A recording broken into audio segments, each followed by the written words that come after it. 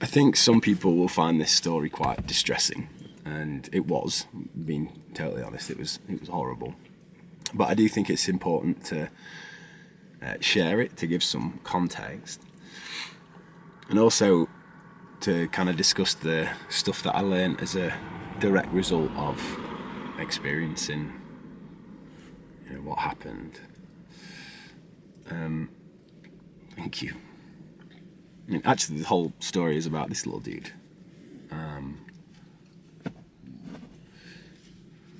So, I haven't posted on this channel for a little over 3 years at this point. And for the whole period of not posting, all I've really wanted to do is post.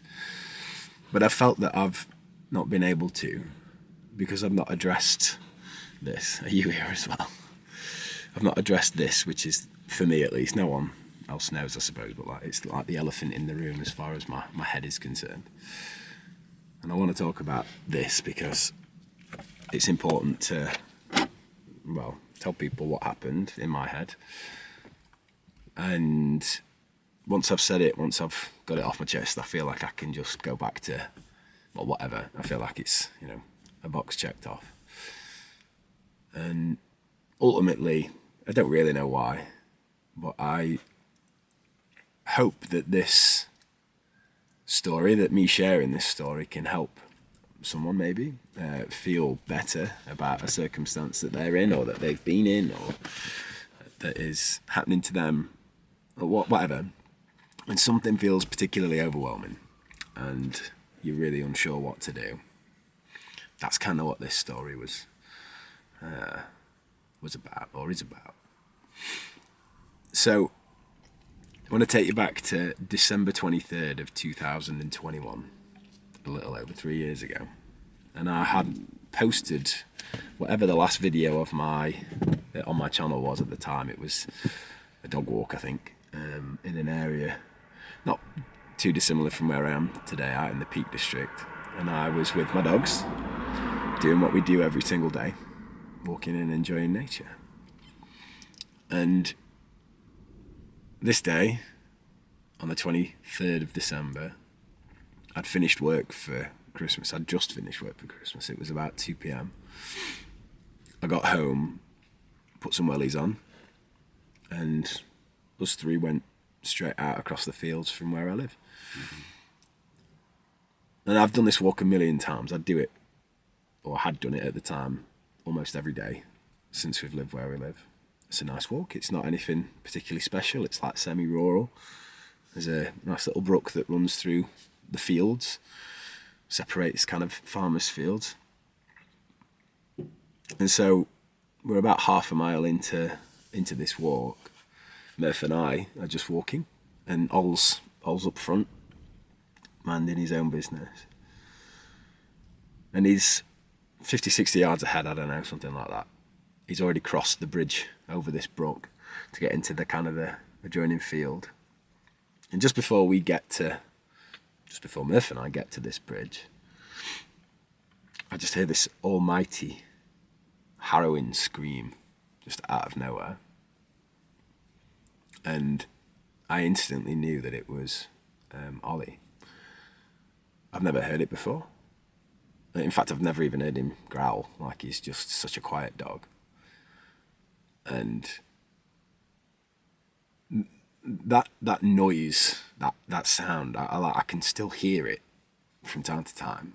Like it deeply, deeply ingrained itself in my brain.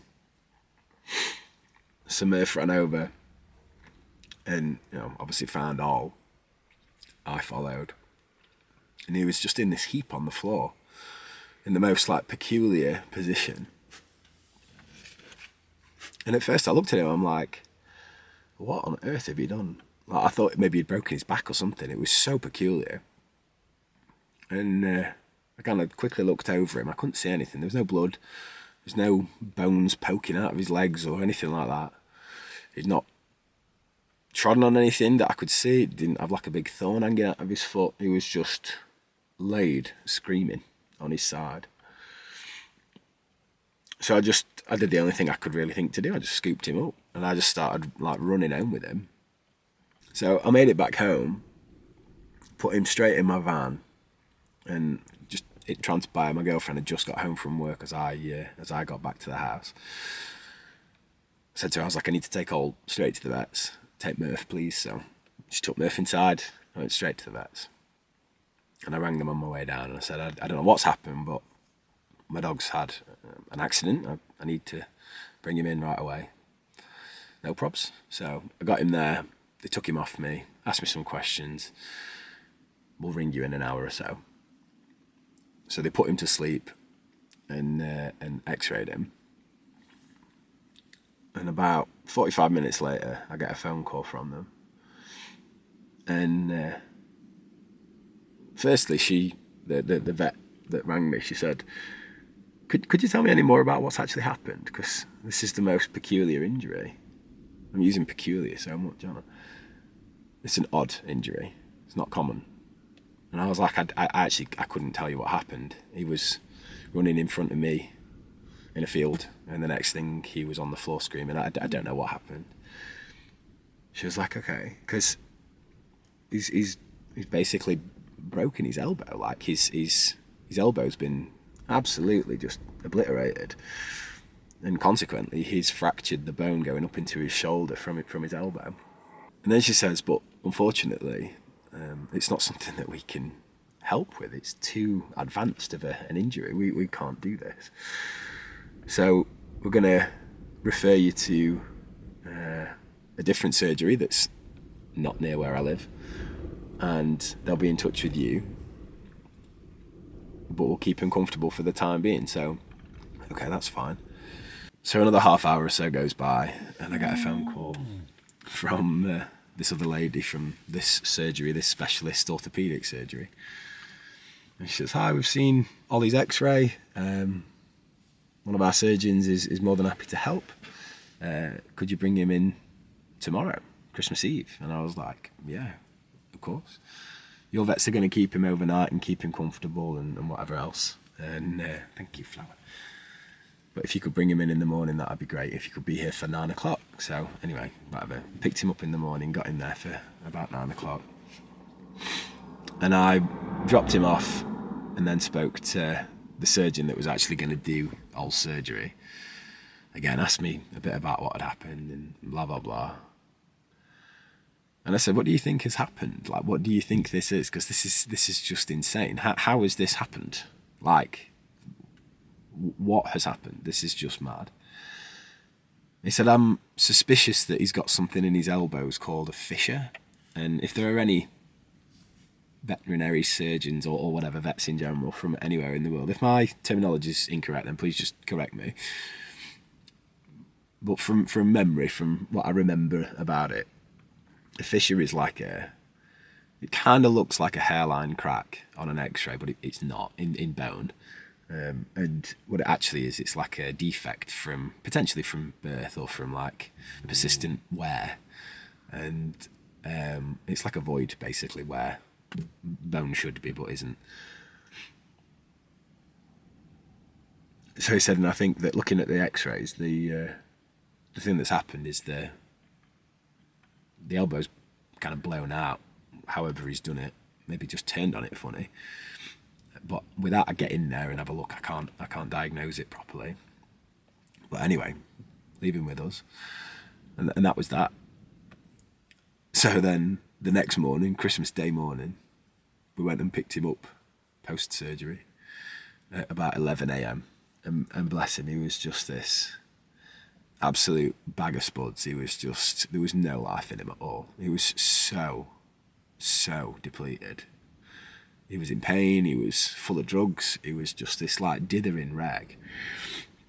And it broke my heart. Like my girlfriend and I walked in,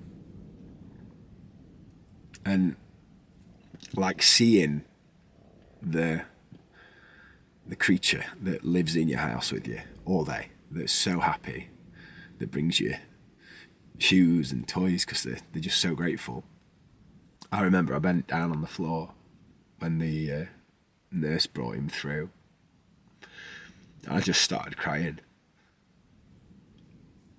I was just looking at him like, what on earth happened? Why did this happen to you?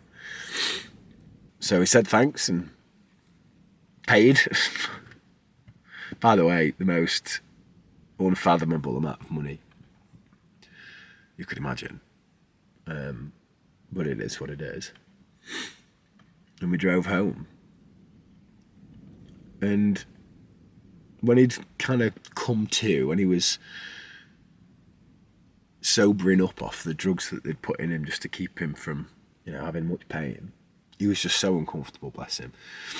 But he was just willing. He was just willing to,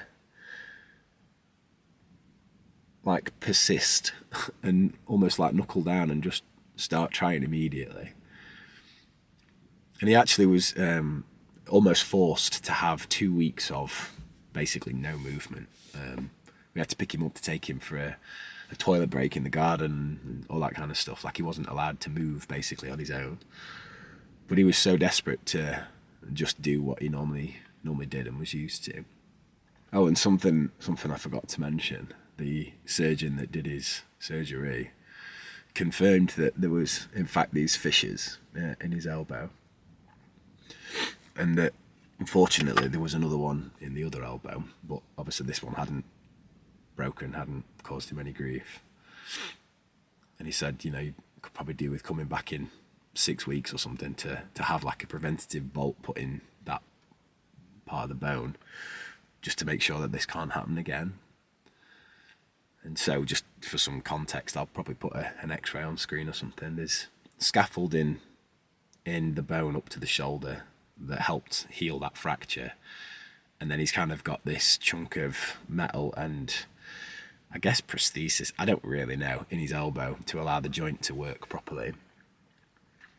And then in the other elbow, the one that was preventatively manipulated, he's got literally like a bolt in it with some nuts on either side that stop the bone from separating. The surgery was amazing, and the surgeon was, well, the two surgeons, I should say, they were phenomenal. We could not have asked for more. It was incredible. But then began this 6 months of rehabilitation. Now, I've never helped a dog walk again. I've never helped a dog figure out how to use its legs again. And it was very odd. It was very difficult. It was just so strange. And my girlfriend and I, every day, we'd do physio with him and exercises, and we had to kind of teach him to give his paw. Again, I'll put some clips up or something. And the progress he made in a matter of weeks was just insane. Again, his willingness to kind of just power through it was so admirable. And I know he's a dog, but Christ, it was insane. It was very eye-opening. And so, fast forward a year later, something like that, the beginning of probably 2023 at this point, he was about as good as he'd be. He'd fully recovered, again, as best as he could. He was walking pretty normally. He's got 85% of the mobility back in his leg, which is insane, given how catastrophic the injury was. The surgeon compared it to injuries he'd seen when dogs have been hit by cars. I still can't fathom how it happened. The general idea is that he literally just was running and turned sharply, and his elbow just buckled underneath the pressure. Something so simple. And you see people throwing balls for dogs and throwing sticks and all that kind of stuff. And we've done that, or had done that, for years. We don't do it anymore. We just don't do it. Just out of pure fear that could happen again. I know. Yeah. So after about a year of rehab and then getting back to normal, because after the first 6 months of rehab, there was another 6 months, give or take, of him then naturally trying to figure out how to utilise this new leg with his existing limbs. But again, he smashed it. He did so well.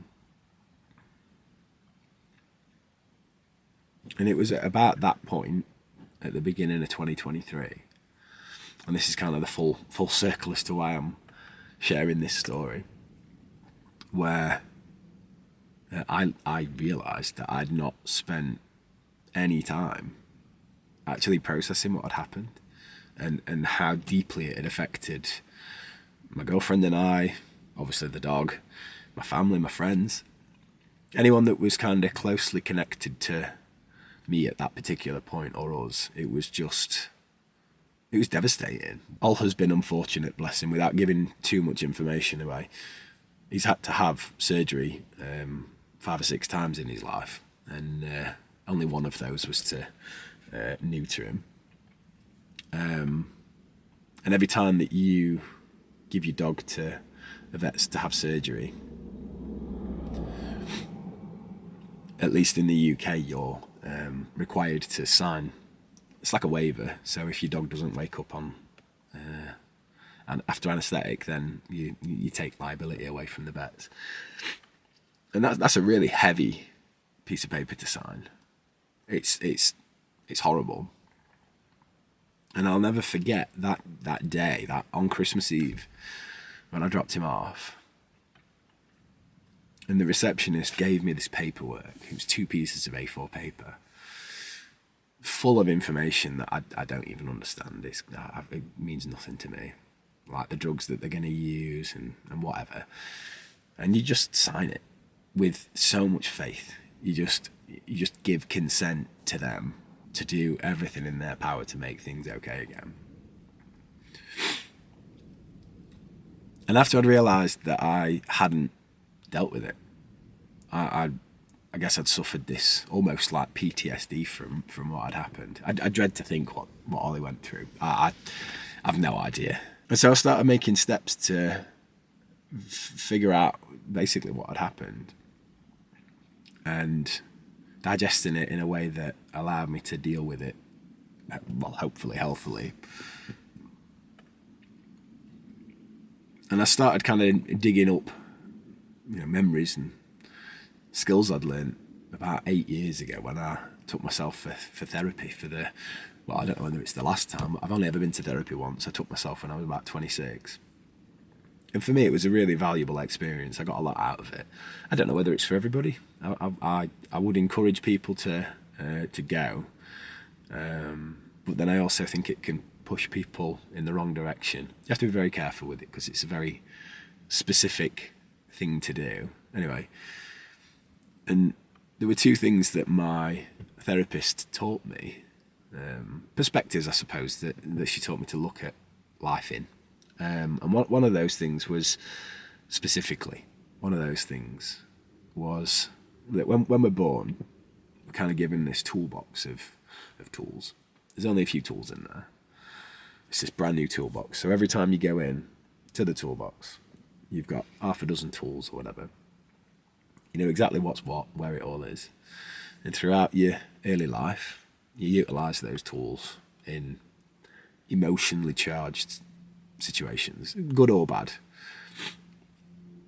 And then as you develop and you get older, you add more tools to the box. And over time, it becomes less and less organised. So where you once had this brand spanking new toolbox with a few nice, shiny, bright tools in it, you're looking today, I'm nearly 35. And it's this kind of beaten up toolbox full of tools. And there's no organisation to them. There's no consistency. And for the most part, you'll struggle to utilise the right tools for the right job. And so therapy for me was a kind of a way to reorganise this metaphorical toolbox and figure out how best to utilise the tools that I'd forgotten how to use again. And I think that for me, with the whole situation that happened with Ol, so many things go through your head, like for so long, and again, we were impacted deeply. Still are, obviously. But again, beyond everything, I'm just so glad he's okay, so proud that he was able to recover. Because there's only so much you can do. And yeah, I'm talking about a dog. I'm not talking about a person, I'm talking about my dog. But their resilience and determination, it says so much. And I think sometimes we, as people, we forget that we're capable of the exact same thing. And so I had to sit with myself for a while. I'm probably still processing it nearly 3 years later at this point. Yeah, it's a lot easier to think about now, even though it still gets me upset. But I came to terms with the fact that we had just been through a really bad set of circumstances. Just a shit period of time. It's nothing more than that. Nothing. It's not the be all and end all. All was fine. You don't have to be beating yourself up about something that is, out of your control. Because you can choose to feel better about it all. And I think when something that impacts you, it doesn't matter what it is, when something impacts you so much, you do lose, it is common to lose sight of the end goal and like the reason why you're here, your ability to navigate tough times. And then the other thing that I remember from therapy was this idea that whenever anything happens, again, good or bad in your life, that version of you on that day, whether you were 5 or 10, 20 years old, whatever, that version of you from that day exists in you always. But as we get older, if we're not careful, we don't give that version of us time to breathe, to communicate how they felt, because they're still, or that part of you is still stuck on that day. And I think for me, with this situation, I mentioned earlier in the video that sound, that noise that Ollie made, it was so harrowing, and I don't think I'll ever forget it. That's such a shame, but it is what it is. But it was really important for me to acknowledge that it happened, but be how it made me feel, because I felt very much out of control. I was very confused, and I just went into like autopilot. I didn't know what else to do, so I just let my brain. I don't even know, deal with it. I guess I don't know, and I presume it's like a trauma response. I'm not a psychological professional. I've got no idea, but like things can happen and do happen all the time. They don't even have to be, so monstrous. They don't have to be massive. Little tiny things, little stresses, can tip us the other way, the wrong way, all the time. And it's really important that we catch ourselves and bring ourselves, back out of the mud, I suppose. And ultimately, I think that's what happened. That's why it's taken me 3 years to do this video. Because, a week or so before Ol's injury actually happened, I'd uploaded a video of us having the nicest time, having freedom, just living life and enjoying life as we normally do, with zero idea that days from then our collective lives would change so drastically. And I became very resentful of myself, I think, very resentful of the fact that I was doing something that made me happy. It was a hobby. I've had a YouTube channel for 9 years, I think, at this point. And up until that point, 3 years ago, I uploaded fairly frequently on it. I really enjoyed being creative, making videos. I began to resent myself after Ol's injury. And that's a real shame, because something that brought me, happiness, something that was almost like a therapeutic hobby, something that I could share with people, something that was literally designed to help give people 10 minutes of just calm in the day, I allowed myself to believe that it was evil, that it was just horrible. And again, it's taken all this time to really come to terms with and be comfortable with the fact that that's just not true. I think I caught myself being really dishonest with myself when I thought I was being honest with myself, if that makes any sense. In fact, I hope that this video has made sense. I hope that I've made sense. I hope that it's helped to shed some context for anyone that was interested or was wondering why I'd stopped uploading. This feels very freeing. What's the point? What's my message? You might be going through a tough time. You might be absolutely up to the hilt in stress. If you just persevere and are patient, you will get through.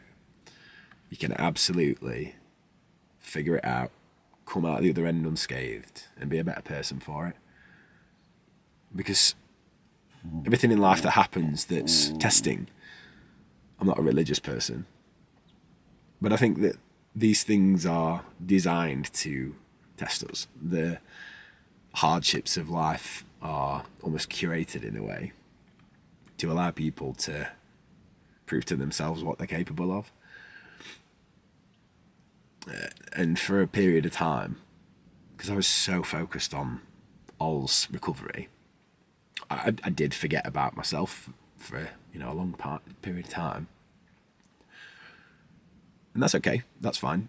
I came back to it eventually. But in that time it took me to get back there, I was hurting. It wasn't a good place to be. I'm going to leave it there.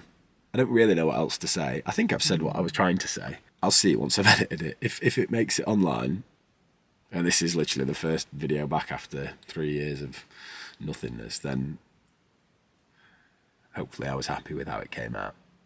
But yeah, thank you. Hopefully I'll see you again soon. I just wanted to show you where I am before I go, by the way. You can't actually see much because it's so blown out because it's such a beautiful day. But yeah, if you know where this is, then awesome. You're very lucky to know this place. See you later.